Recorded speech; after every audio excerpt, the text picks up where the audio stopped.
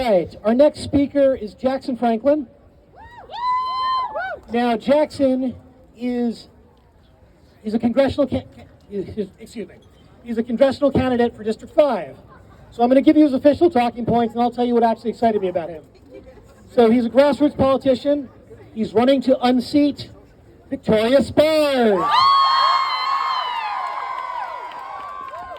Okay, he values people over profits. He is pro-campaign finance reform.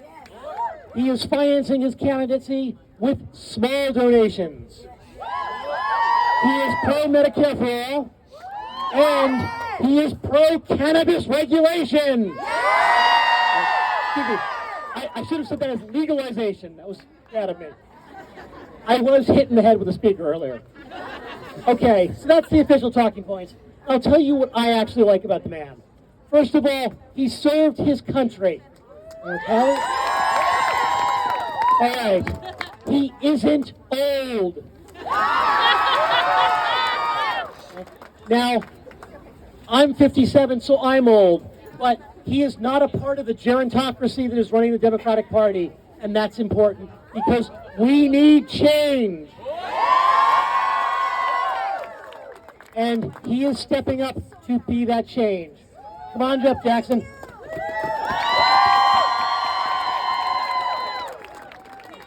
Thank you, everyone. Let me get up on the ladder real quick. Be safe. As he mentioned, I'm Jackson Franklin, and I'm a grassroots, progressive, populist candidate running for 2026 election in the 5th District.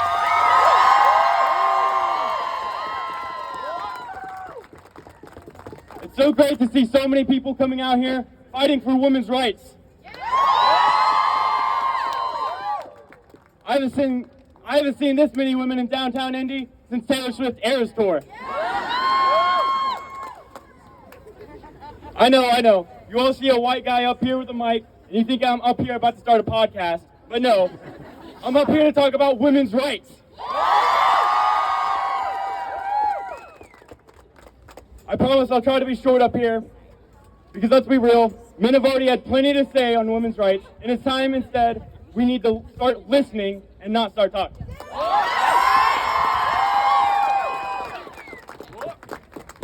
We are all here today because we refuse to be divided by gender, by race, or by who we love.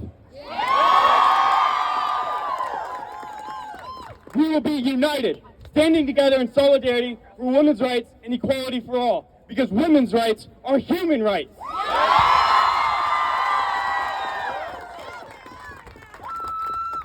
Throughout the history of this country, women have had to fight against all forms of patriarchy and sexism. Women did not have the right to vote until 1920. Women were required to have a male cosigner on bank loans until 1974. That means many women in this crowd were born into a patriarchal system without financial independence. It's a shame. And the fight for equal pay, for equal work, continues to this day.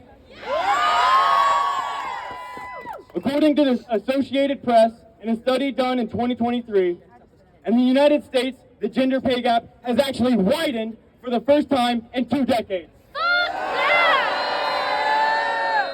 With women earning 83 cents for every dollar earned by a man. This is unacceptable.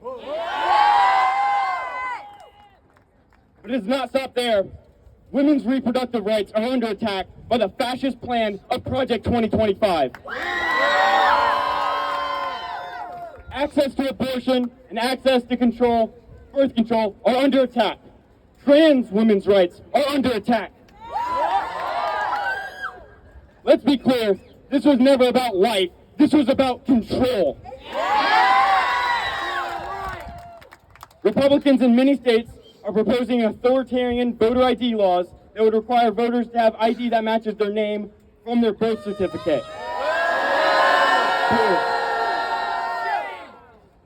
Well, if you're one of the 80% of married women that changed their last name after marriage, or a transgender person that changed your name to better reflect your identity, the Republicans are coming for your right to vote. but we won't let them. We will fight.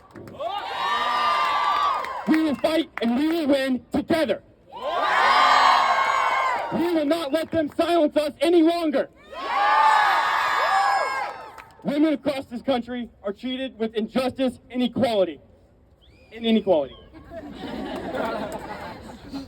All across this country, we need to elect politicians who will fight for women's rights. We need to stand together and elect more progressive candidates like AOC that are willing to fight and put their neck on the line for women's equality.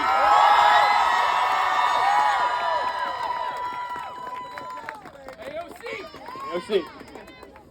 Yes, the Republicans stacked the court with extremist, rogue Supreme Court justices that repealed Roe versus Wade.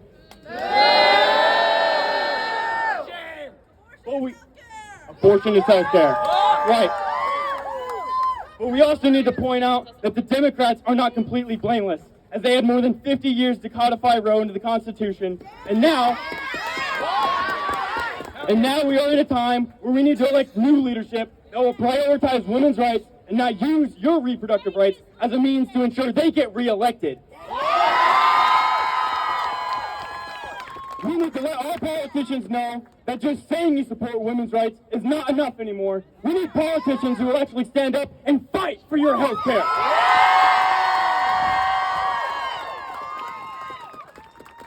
We are not here just to politely ask politicians to do the right thing. If they don't stand up for women's rights, then it's time to get politicians who will.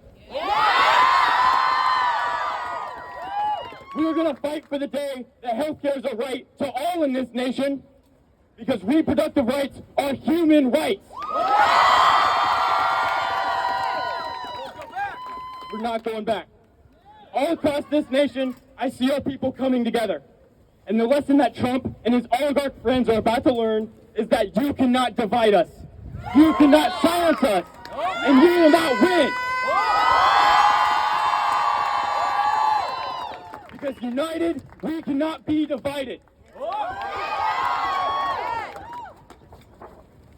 Support black women! We will fight for a nation that is based on justice, not oppression.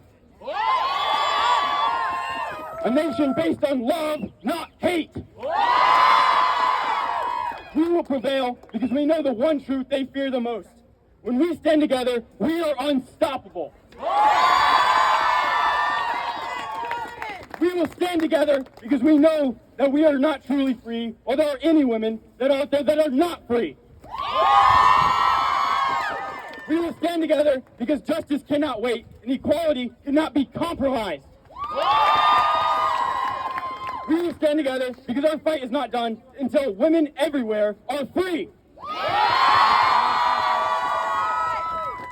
So let us get to work, get organized, keep protesting, get out to vote, and let us build a future we all deserve. Thank you. Thank you all for coming out. Thank you for letting me speak. And have a great day. I'm Jackson Franklin. Yep.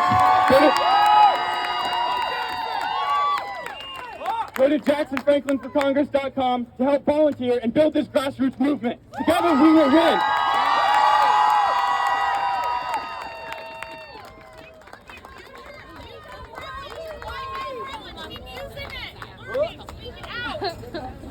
All right, Jackson Franklin for Congress, people.